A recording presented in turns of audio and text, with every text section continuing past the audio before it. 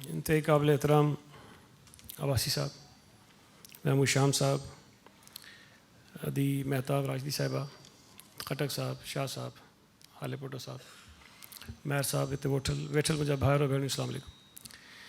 सभिनि खां पहिरीं त मां मुबारकबाद थो ॾियणु चाहियां एकता जी सॼी टीम खे त अॼु हुननि 11 साल पूरा कया आहिनि।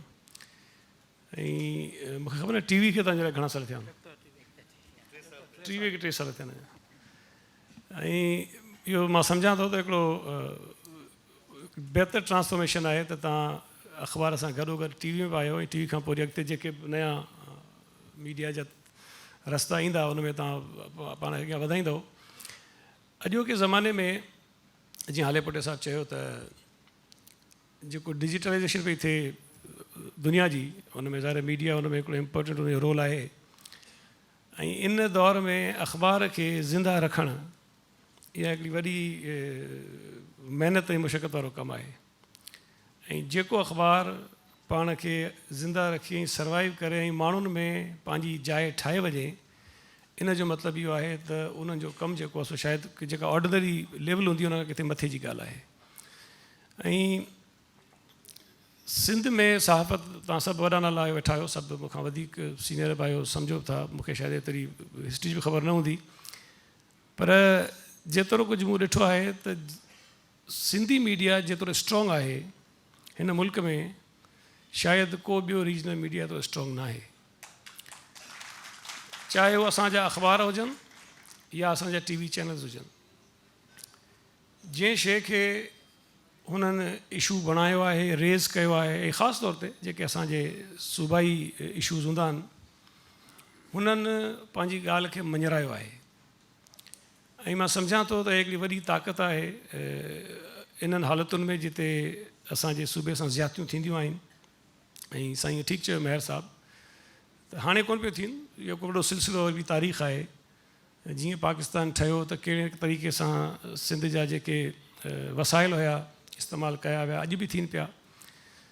असांखे शायदि उन ते बि एतिराज़ु घटि हुजे, जेकॾहिं वसाइल सिंधी माण्हुनि खे मिलनि उन खां पोइ ॿियो को इस्तेमालु करे त शायदि माण्हू उनखे बर्दाश्त करे वेंदो आहे। पर ज़्यादती वाक़ई इहा हूंदी आहे त असांजा वसाइल ॿिया माण्हू इस्तेमालु कनि, पर सिंध जा माण्हू जेके आहिनि उन्हनि खे हक़ न मिले, उनखे वसीला न मिलनि। अॼु असां वेठा आहियूं, मूंखे ख़बर न आहे तव्हांजे हिते जेके माण्हू मौजूदु आहिनि उन्हनि मां घणनि जे घर में गैस पई अचे। मुंहिंजे घर त कोन थी अचे, 2-3 महीना थी विया आहिनि गैस कोन्हे घर में। हाणे सिंध गैस पैदा करे थी, ऐं इतफ़ाक़ जी ॻाल्हि आहे सिंध, बलोचिस्तान ऐं ख़ैबर पख्तूनख्वा 3 सूबा जेतिरी गैस पैदा कनि था उहा उन्हनि जी पंहिंजी ज़रूरत खां वधीक आहे। जेकॾहिं आईन जे आर्टिकल 158 ते वञूं त सिंध खे, बलोचिस्तान खे ऐं ख़ैबर पख्तूनख्वा खे जेतिरी गैस जी ज़रूरत आहे उहा गैस उन्हनि खे मिलणु घुरिजे। उते त हिकिड़े मिंट जे लाइ गैस बंदि न थियणु घुरिजे। हालांकि CNG खे आउं चवंदो आहियां गैस जी अयाशी आहे, पर बहरहाल असांखे जेकॾहिं CNG बि असांजी हले त बि असांजी गैस असांखे खोट कोन थींदी गैस जी। पर हालति इहा आहे जो अॼु शायदि ई सिंध जे कंहिं ज़िले में, कंहिं ॻोठ में का घिटी अहिड़ी हुजे जंहिं घिटीअ जे हर घर में गैस ईंदी हुजे। कुझु हूंदा लकी माण्हू जेके घिटीअ जे बिल्कुलु शुरूआति में वेठा हूंदा, उन्हनि खे मिलंदी हूंदी, पर अदरवाइज़ जनरली माण्हुनि खे गैस कोन थी मिले। पाणी असां सां ज़्यादती थी थिए, असांजो जेको शेयर आहे उहो पाणी जो नथो असांखे मिले। ऐं हाणे वरी ॿिया उते कुझु नवां कैनाल्स ठहिण जो प्लान आहे, असां कोशिशि कयूं पिया विढ़ूं, पर ज़ाहिर आहे जीअं पहिरीं थल कैनाल ठहियो, हाणे वरी हुनखे एक्सटेंशन पई कई वञे, उनजा वरी नवां रस्ता पिया खोलिया वञनि। त जेको असां वटि पाणी जी खोट हींअर आहे, जेकॾहिं इहे सभु हुननि जा प्रोजेक्ट पूरा थिया त सिंध में पाणीअ जी खोट अञा वधी वेंदी। मूंखे यादि आहे त इहो कोटड़ी में जॾहिं वेंदा हुआसीं त हिते पाणी असांखे नज़र ईंदो हो सॼा में। हाणे त अलाए कॾहिं कॾहिं को इतफ़ाक़ थिए थो त को पाणी नज़र थो अचे, अदरवाइज़ पाणी हुते सफ़ा कोन्हे, रुॻो रण पट लॻो पियो आहे। इहे ज़्यादतियूं थियूं पियूं सिंध सां। ऐं मां सम्झां थो त सिंधी मीडिया इन्हनि इशूज़ खे खणे थो ऐं असांजे तरफ़ां बि शयूं रेज़ थियनि थियूं, पर जेका इंटेंशनली मुंहिंजो जेको हिकिड़ो पंहिंजो ख़्यालु आहे त इंटेंशनली हिते अहिड़ा इशूज़ पैदा था कया वञनि त जंहिंजे करे सिंध जा जेके असल इशूज़ आहिनि, जेके अवामी इशूज़ आहिनि, उन्हनि ते माण्हुनि जूं नज़रूं ऐं ध्यानु घटिजी वञे।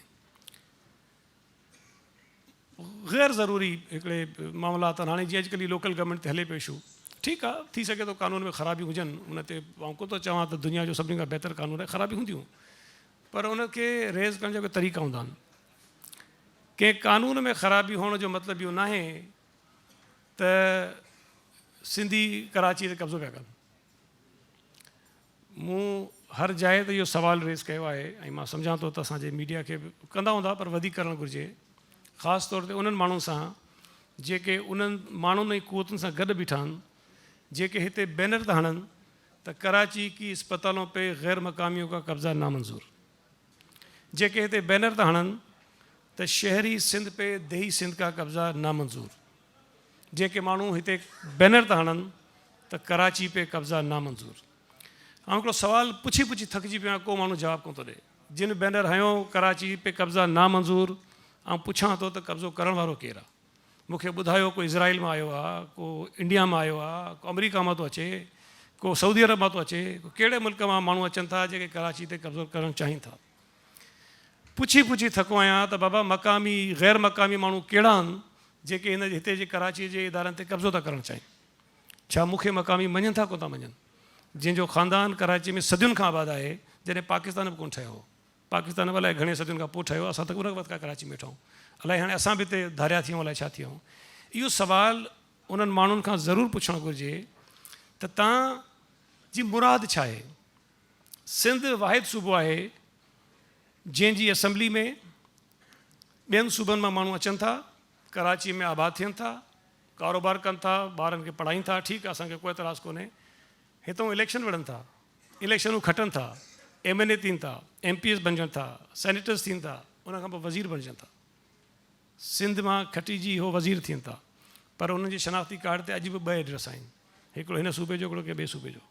एतराज़ कोन्हे असांखे, आइन में गुंजाइश तव्हां कयो भले, पर सुवालु इहो आहे त जेकॾहिं कंहिं ॿिए सूबे में को माण्हू अची हिते इलेक्शन खटी करे असैम्बली में वेही सघे थो, वज़ीर थी सघे थो, पर लाड़काने जो माण्हू, हैदराबाद जो माण्हू, मीरपुर ख़ास जो माण्हू, सकरंड जो माण्हू हुतों अची कराची में इलेक्शन में छो नथो बीह सघे ऐं उन ते एतराज़ छो थो थिए?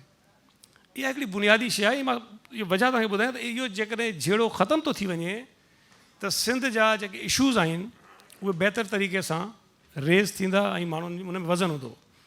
असां हिते जॾहिं का ॻाल्हि कयूं था त बाबा हीउ मसइलो आहे, माण्हुनि जो हिन ते ॻाल्हाइणु घुरिजे, त तव्हां ओचितो ॾिसंदो को न को अहिड़ो इशू अची वेंदो जंहिं त सॼी तवजो, सॼे जहान जी तवजो हुन ॻाल्हि ते हूंदी।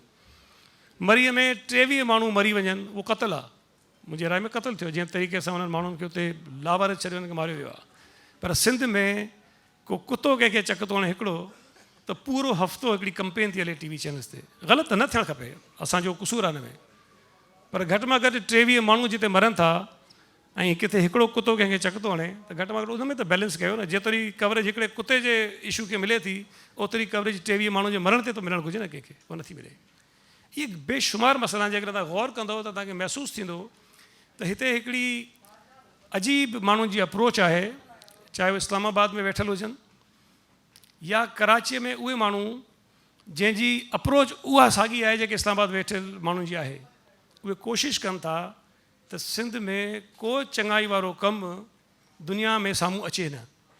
जेकॾहिं हिकिड़े ॾींहुं का अहिड़ी ख़बर हलंदी त गंबट जे अस्पताल में अॼु 550 माण्हुनि जो लीवर ट्रांसप्लांट थियो आहे, जेको वर्ल्ड रिकॉर्ड आहे। दुनिया सही में कंहिं सरकारी अस्पताल में, हिकिड़ी सरकारी अस्पताल में 550 लीवर ट्रांसप्लांट जेके आहिनि से फ्री ऑफ कॉस्ट कोन थिया आहिनि। हिकिड़ो ॾींहुं 2 ॾींहं ख़बर हलंदी, ॿिए ॾींहुं वरी का ख़बर ईंदी त थर में अॼु 5 ॿार मरी आहे। उहा सॼी जेका हिकिड़ी वॾी काविश हुई, जेको सिंध जो हिकिड़ो एज़ाज़ु आहे, उहो ख़तमु थी वेंदो ऐं 5 ॿारनि जे मरण जी ख़बर अची वेंदी। न मरणु घुरिजे, हिकिड़ो ॿार बि न मरणु घुरिजे। पर कॾहिं कंहिं कोशिशि कई आहे त लाहौर जे कंहिं अस्पताल में, पेशावर जे कंहिं अस्पताल में, इस्लामाबाद जे कंहिं अस्पताल में चेक कनि, उते ॿार मरनि था या कोन था मरनि? बदकिस्मती जी ॻाल्हि आहे, हर जाइ ते इहो थिए थो, पर सॼे मुल्क जे अस्पतालुनि में कुझु थिए का ॻाल्हि कोन्हे। थर में हिकिड़ो काउंट डाउन लॻो पियो आहे, अॼु 2 मरी विया, अॼु 5 मरी विया, अॼु 7 मरी विया, हिन महीने में 50 मरी विया, हुन महीने में 100 मरी विया। इहो कोशिशि थी कई वञे त चहिरो अहिड़ो ॾेखारीनि सॼी सिंध जो माण्हुनि खे, जो माण्हू चवनि त इन खां त बर्बाद को इलाइक़ो बि दुनिया में आहे कोन्हे को। इहा हिकिड़ी ग़लति शइ आहे जंहिंमें शायदि असांजा किथे किथे दोस्त अनइंटेंशनली हिन शइ खे महसूसु कोन था कनि त हीउ हिकिड़ो एजेंडा छा आहे, मक़सदु छा आहे। ऐं उनजो हिसो बणिजी था वञनि किथे न किथे असांजे पंहिंजा अख़बार वारा बि। मूंखे नालो कोन थो खणा पर इहो जेको थर में ॿारनि जे मरण जी काउंटडाउन शुरू थी न, बदकिस्मती सां उहो बि असां जेके लोकल अख़बार शुरू कई त सिंध जे अख़बार शुरू कई ऐं उनखे पोइ पिक कयो हुयो। त इहो हिकिड़ो इशू आहे जंहिंखे असां इशू ठाहे करे सिंध खे ख़राबु करे सघूं था। इशूज़ आहिनि, उन्हनि खे रेज़ करणु घुरिजे ऐं हुकूमत खे प्रेशराइज़ करणु घुरिजे त इशू कंहिं तरीक़े सां सॉर्ट आउट थी वञनि, सॉल्व कया वञनि। पर बदकिस्मती सां असां में अञा बि किथे न किथे अहिड़ा शयूं आहिनि जिते कंहिंखे सईद गनी नथो वणे त सईद गनी जे ख़िलाफ़ु अहिड़ा कम था कया वञनि जंहिंखे अल्टीमेटली नुक़सानु असांजे सूबे खे थो थिए। तव्हां सईद गनी खे नुक़सानु पहुचाइण जी कोशिशि कयो, पर इहो हिकिड़ी डेलिकेट लाइन हूंदी आहे त माण्हू महसूसु करे त आउं कंहिं हद ताईं सईद गनी जे ख़िलाफ़ु वञा जिते उनखे ई नुक़सानु थिए, जे इन खां अॻियां वधंदो त शायदि असांजे सूबे खे नुक़सानु थींदो। इहो थोरो महसूसु करण जी ज़रूरत आहे। साईं तव्हांखे वरी मुबारक हुजे। न चाहींदे कुझु ॻाल्हायो आहियां, पर मां सम्झां थो त इहा जाइ अहिड़ी हुई जिते सुठा लिखियलु पढ़ियलु ऐं अहिड़ा माण्हू वेठा आहिनि जेके शायदि सिंध जे इशूज़ खे, सिंध जे मसइलनि खे, सिंध जे ख़िलाफ़ु जेके थींदड़ साज़िशूं आहिनि उन्हनि खे, उन जे हवाले सां माण्हुनि खे आगाह करे सघंदा। तव्हांजी वॾी महिरबानी। Thank U very much. To watch more videos, please subscribe to our YouTube channel and click the bell icon.